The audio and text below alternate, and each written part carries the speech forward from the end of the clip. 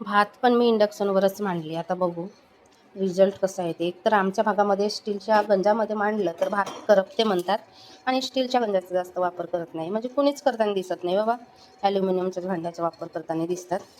पण इथे प्लेन भांडे पाहिजे ना बुडाला, म्हणून मी आणि इथे ॲल्युमिनियमचे नाही म्हणाले, म्हणतात स्टीलचे वगैरे मांडा.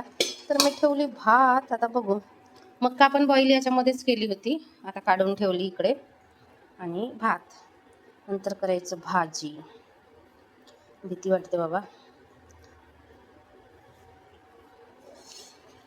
होतो की नाही व्यवस्थित भात काय माहिती. ते स्टीलची आहे ना कढई, त्याच्यामध्ये भाजी बनवून येतीची मांडीन. तो थोडा वेळ राहते ना उकडते, मग तो थोडा वेळ राहते ना उकडते,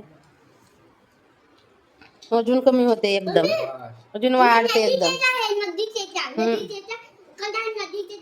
कम होता है.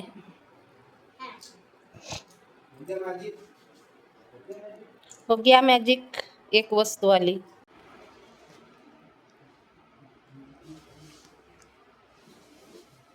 एक दो स्वीट कॉर्न. स्वीट कॉर्न खाएगा अभी? हाँ, स्वीट कॉर्न. तो कौन है? Sweet corn. और ये है अपना पाला भाजी. बंद करूं? बंद करूं? बंद कर. फणसाची भाजी इथे बनवते अशा पद्धतीने. तिथे कशाला टाकतास? आणि हा एक कसं होते काय होते म्हणून बघत आहे. बघते इथं खुर्ची लावून. कैसी करती है मम्मी, क्या करती है मम्मी करते. आज पूर्ण स्वयंपाक याच्यावर करणार आहे मी, इंडक्शनवर. गॅस गेला नाही आहे अजून, पण म्हटलं ट्राय करूया आपल्याला जमतो की नाही जमत. माइनस करना पड़ेगा. नहीं तेरे को नहीं बाबा, तू बुझ मत लो.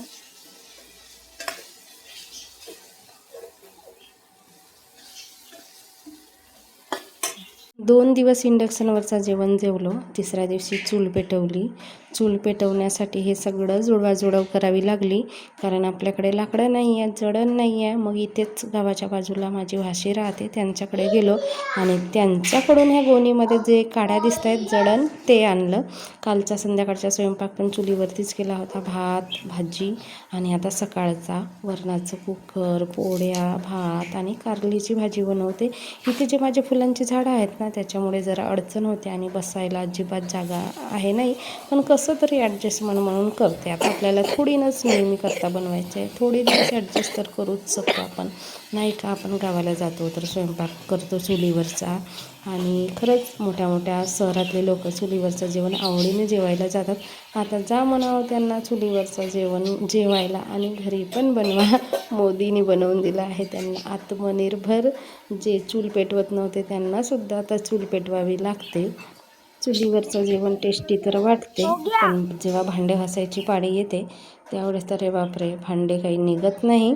तरीसुद्धा मी भांड्यांना निरम्याचा फास लावला, जेणेकरून भांड्यांचा जो काळपटपणा आहे तो लवकर निघला पाहिजे. तरीसुद्धा भांडे काळे झालेच, आणि घासायला वैताग येतो असे चुलीवरचे भांडे असतील तर. पण काय करायचं, काही प्रॉब्लेम नाही, आपल्याला तशी सवय आहे चुलीवर स्वयंपाक करायची. तर इथे थोडीशी कंजेस्टेड जागा आहे, तरीसुद्धा मी इथे विटांची चूल बनवली, आणि इथे बघा बनवलं स्वयंपाक. आणि हे किती दिवस चालते बघू आता. आमचं एकतर पुस्तक नाही आहे गॅस सिलेंडरची, त्याच्यामुळे. आणि ब्लॅकमध्ये पण आता थोडंसं भावच खातात, मिळत नाही. आणि आम्ही ज्या भागामध्ये राहतो ना त्या भागामध्ये HP हंडे मिळत नाही. इंडेन, भारत हे चालतो, HP नाही चालत. बघू आता कधी मिळतं. तर नंतर मी काही व्हिडिओ शूट केला नाही, कारण रुद्रांश पण उठला होता आणि थोडीशी मग शाळेची पण घाई गडबड असते. तर चुलीवरच्या स्वयंपाक एक एक भांडे उतरावा लागतो, असं नाही की एका वेळेस दोन्हीकडे स्वयंपाक करता येतो.